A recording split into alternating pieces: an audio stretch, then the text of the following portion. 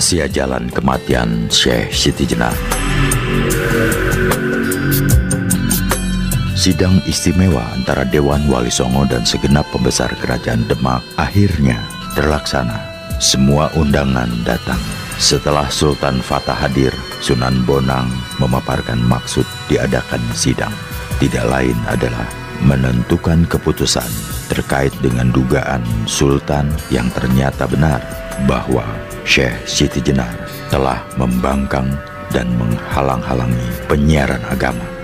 Dan tuduhan inilah yang menjadi dasar hukum bagi penetapan hukuman Syekh Siti Jenar.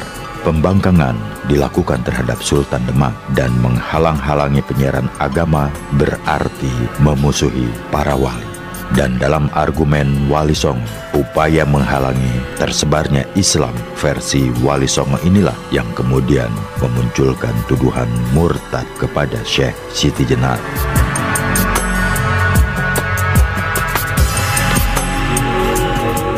Jadi, sejak awal persidangan, Syekh Siti Jenar telah dituduh sebagai pemberontak negara dan sebagai orang murtad. Kedua tuduhan itu tanpa bisa ditoleransi oleh hukum Demak. Sudah bisa dipastikan bahwa Syekh Siti Jenar akan dikenai hukuman mati.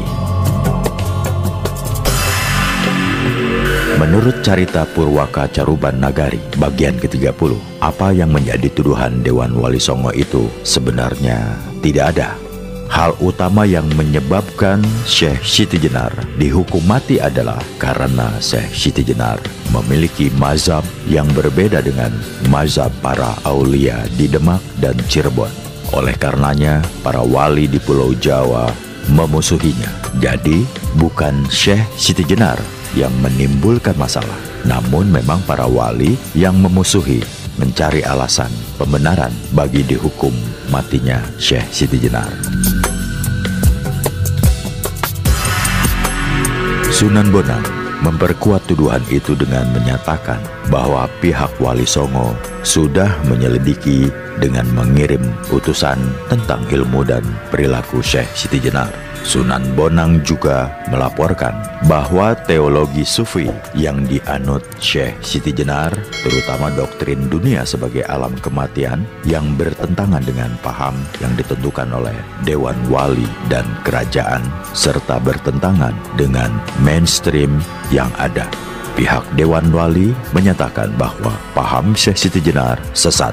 Forum musyawarah dan sidang itu telah berubah menjadi forum pengadilan yang menentukan vonis terakhir bagi nasib Syekh Siti Jenar, yaitu hukuman mati. Jika Syekh Siti Jenar tetap tidak mau tunduk kepada perintah Sultan Demak dan tidak mau berhenti menyebarkan keyakinan agamanya. Setelah mengalami perdebatan panjang tentang jenis dan cara hukuman terhadap Syekh Siti Jenar, akhirnya disepakati beberapa keputusan penting bahwa Syekh Siti Jenar akan dipanggil oleh raja secara resmi dengan dasar permufakatan yang hadir dalam forum tersebut. Jika Syekh Siti Jenar tidak mau menghadap raja, maka surat panggilan yang dikirim sertakan itu sekaligus harus berfungsi sebagai keputusan hukuman mati.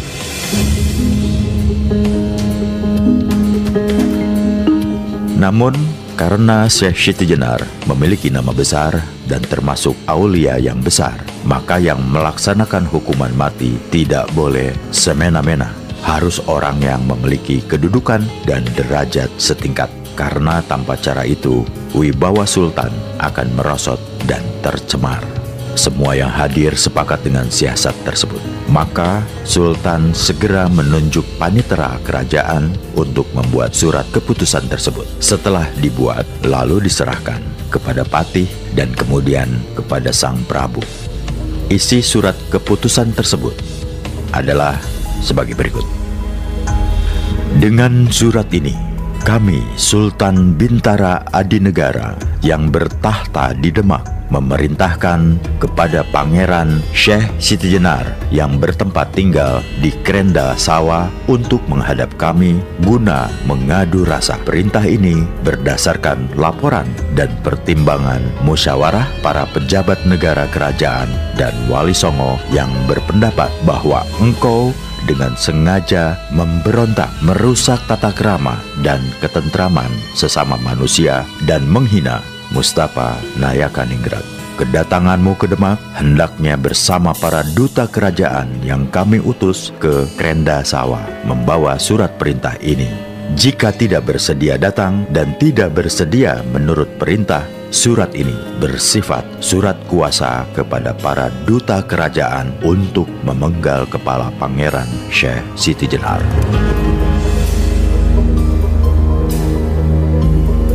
Setelah semua yang berwenang membubuhkan tanda tangannya pada surat keputusan tersebut, maka sidang juga memutuskan bahwa wali yang memimpin duta ke Krenda Sawah terdiri atas 5 orang, dan masing-masing agar membawa murid mereka adalah Sunan Bonang, Sunan Malaya Kalijaga, Pangeran Modang, Sunan Kudus, dan Sunan Geseng. Di samping itu juga diinstruksikan agar pihak kerajaan menyiapkan prajurit wira utama untuk menjaga segala kemungkinan memelihara keamanan dan ketentraman masyarakat terkait dengan keputusan akhir vonis bagi Syekh Siti Jenar.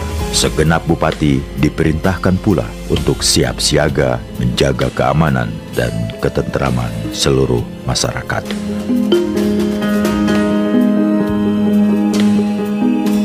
5 orang yang diutus untuk menemui Syekh Siti Jenar, yaitu Sunan Ngudung, Sunan Kalijaga, Pangeran Modang, Sunan Geseng, dan Sunan Bonang sebagai pemimpin rombongan, juga segera melaksanakan tugas. Mereka diikuti oleh 40 santri berpakaian serba putih dan bersenjata lengkap untuk memaksa Syekh Siti Jenar bersedia datang ke Demak. Kelima utusan itu juga dibekali surat kuasa. Jika Syekh Siti Jenar menolak, maka kelima utusan diberi kewenangan atau purba wasesa mengambil tindakan seperlunya, yaitu melaksanakan vonis hukuman mati bagi Syekh Siti Jenar. Jadi dapat diketahui bahwa pembunuhan diri atas Syekh Siti Jenar sebenarnya sudah dipersiapkan secara matang oleh Sultan dan segenap pejabat tinggi istana, serta juga disahkan oleh Lembaga Dewan Wali Songo sebagai pengontrol jalannya agama di Kesultanan Demak.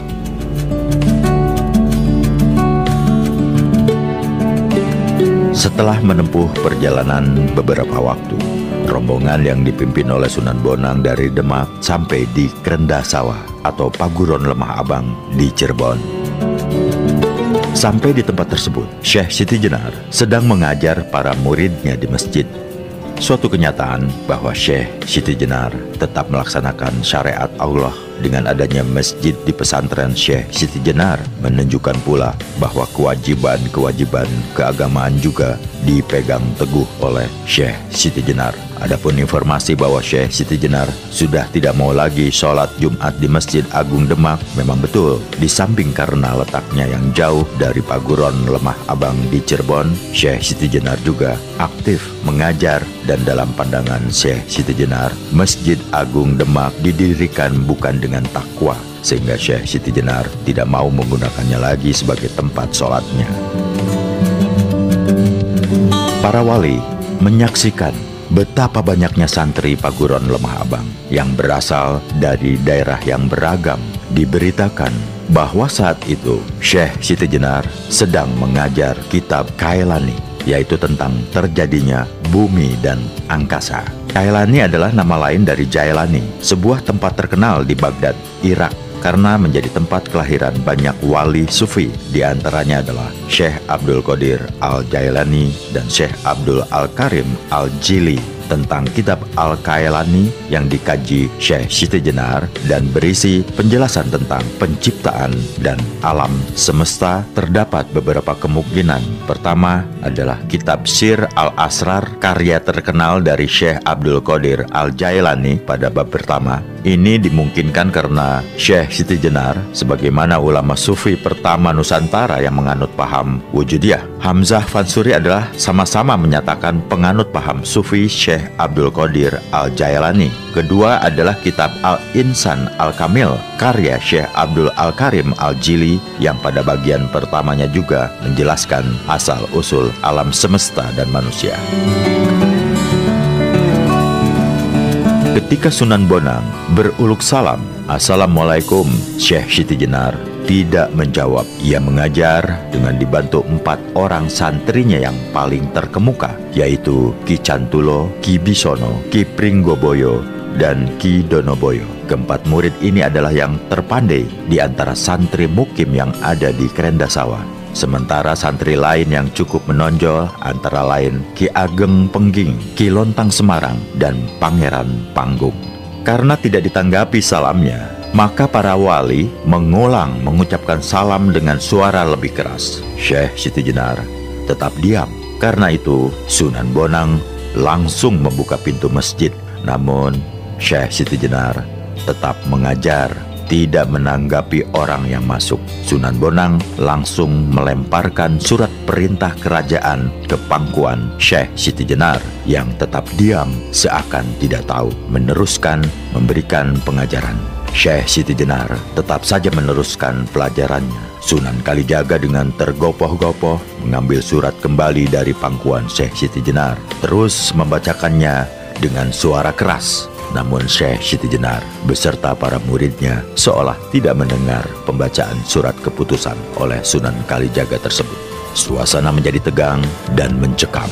Dengan keras, Sunan Bonang memegang tangan Syekh Siti Jenar sambil berseru, "Wahai Syekh Siti Jenar yang sedang dalam alam kematian, berhentilah sejenak mengajar murid-muridmu."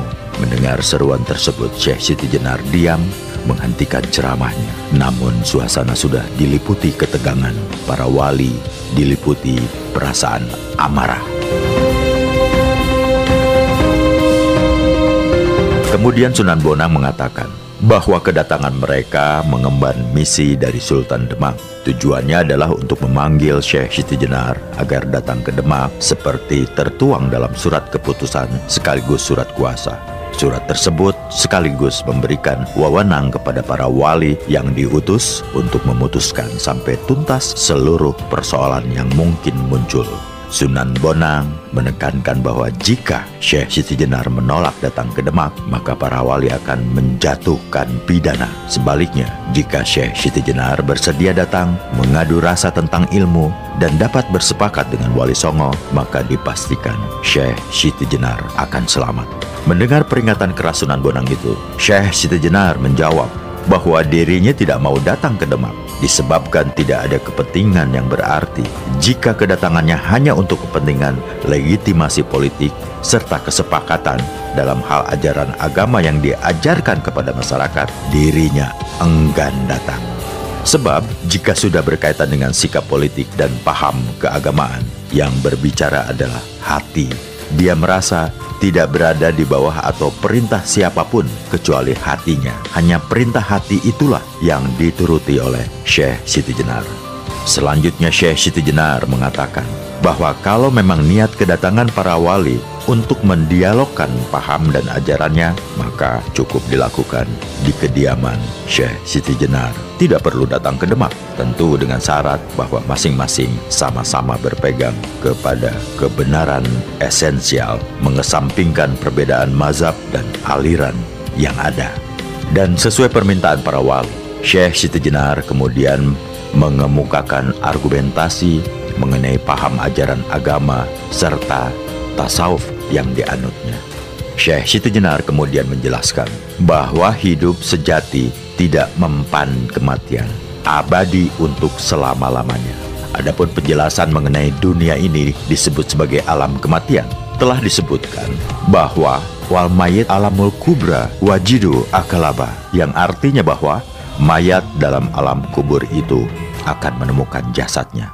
Itulah alasan mengapa dunia ini disebut alam kematian. Menurut Syekh Siti Jenar, di dunia ini dirinya telah menemukan jasad sesuai dengan dalil al-alamu kullu mujudin. Menurut Syekh Siti Jenar, ini maknanya bahwa setiap alam manusia menemukan awak bangkainya. Maka kelak setelah melewati pintu kematian, maka dirinya tidak menemukan lagi jasad tersebut. Syekh Siti Jenar menyebutkan bahwa kelak hidupnya tidak akan tersesat lagi, tidak gentayangan seperti pada kematiannya di dunia ini. Kematian di dunia harus membutuhkan wujud jisim, tulang, sumsum, otot, dan daging untuk bergerak. Karena itu, dirinya merasa tersesat dalam alam kematian.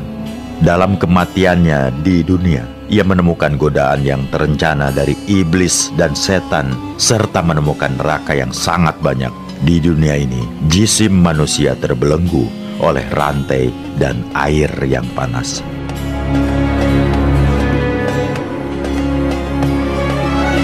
Sunan Kudus mengatakan bahwa ajaran Syekh Siti Jenar memang benar, namun hendaknya hanya untuk dirinya sendiri.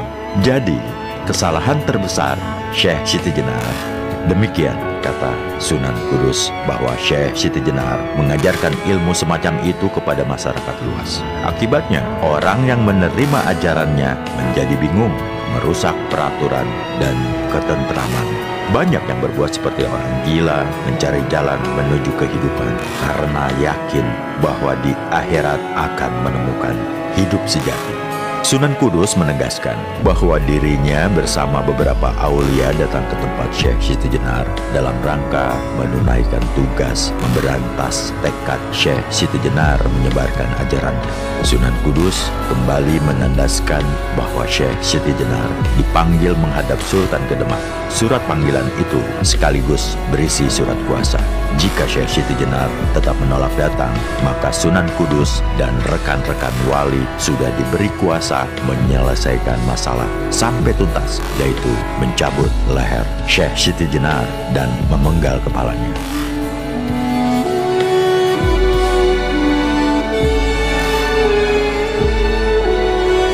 Syekh Siti Jenar menegaskan dirinya lebih senang untuk hidup yang tidak mengenal ajal, hidup langgeng yang tidak memerlukan apa-apa lagi, sehingga ia menyatakan tidak mau memilih hidup atau mati.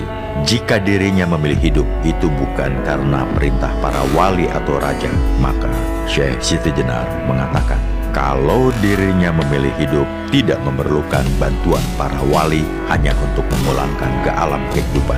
Dirinya sudah berada dalam makom wali utama. Oleh karenanya, ia memilih hidup, tetapi tidak membutuhkan campur tangan dewan, wali, dan raja. Saksikanlah, saya akan pulang sendiri ke alam kehidupan sejati, tegas Syekh Siti Jenar. Jadi nampak bahwa pilihannya kepada kematian itu pun bukan karena ancaman yang diberikan dewan wali atau karena surat perintah raja, namun dilandasi oleh keikhlasan dan kehendaknya sendiri.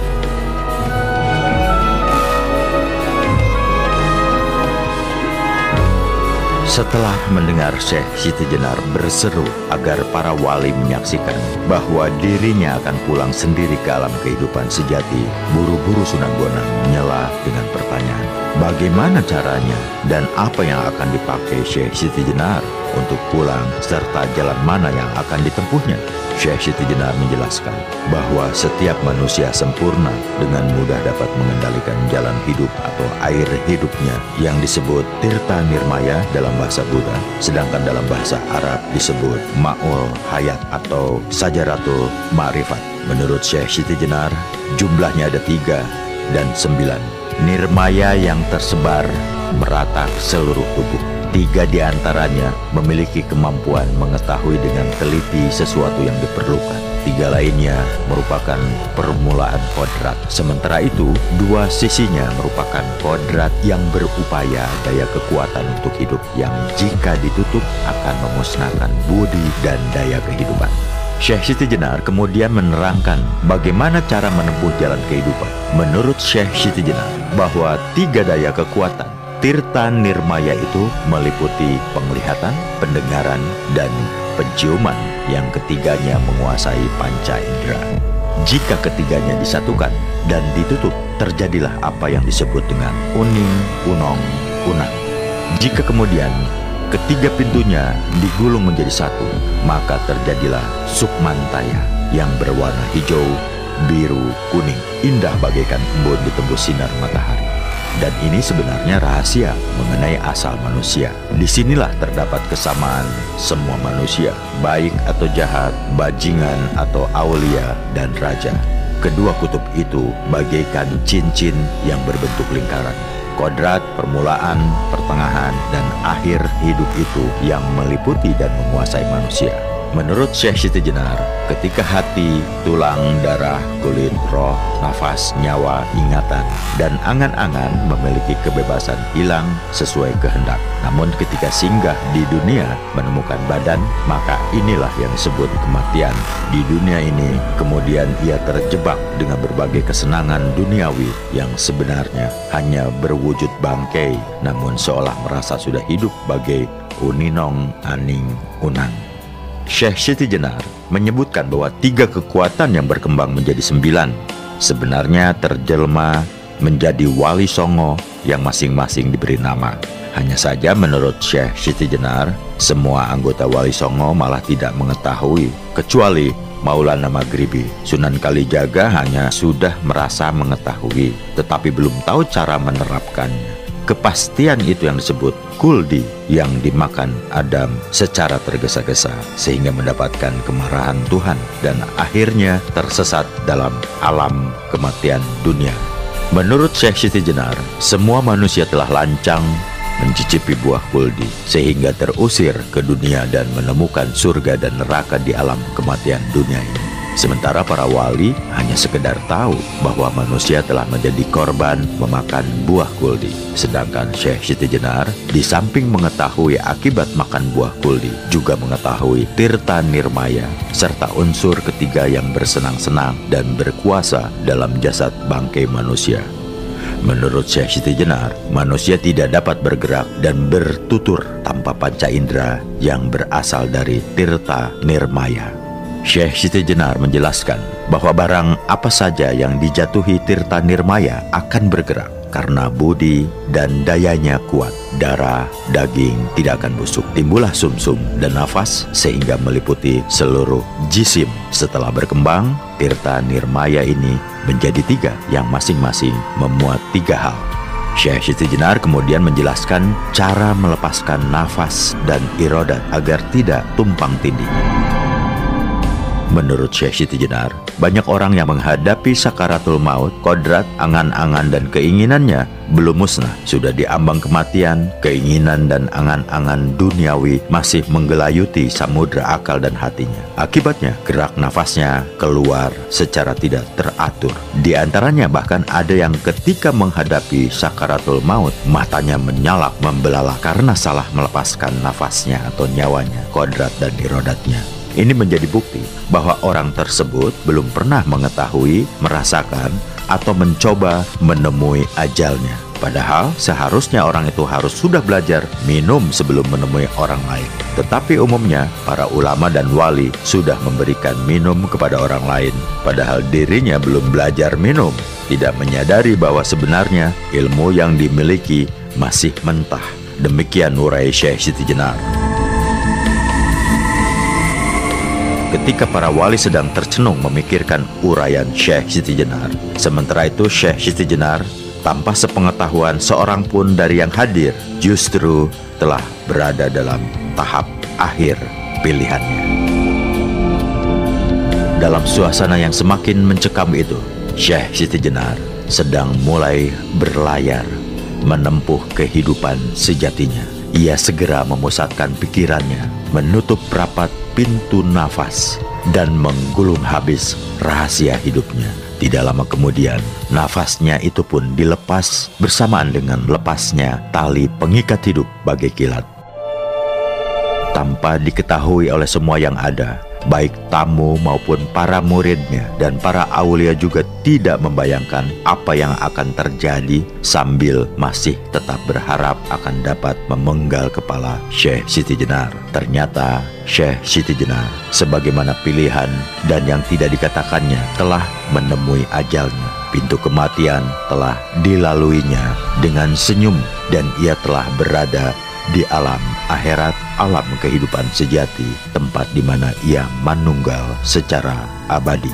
Menurut serat Syekh Siti Jenar, karya Ki Sasrawijaya, cara Syekh Siti Jenar menempuh jalan kehidupan sejati yang demikian itu sesuai dengan Al-Quran yang berbunyi, Idaja ajalihim layat takiru angatan. Firman itu berarti bahwa ketika ajal seseorang telah tiba, tidak sedikit pun keinginannya tertinggal. Demikian pula lah kudratullah ketika malaikat Israel mengambil nyawa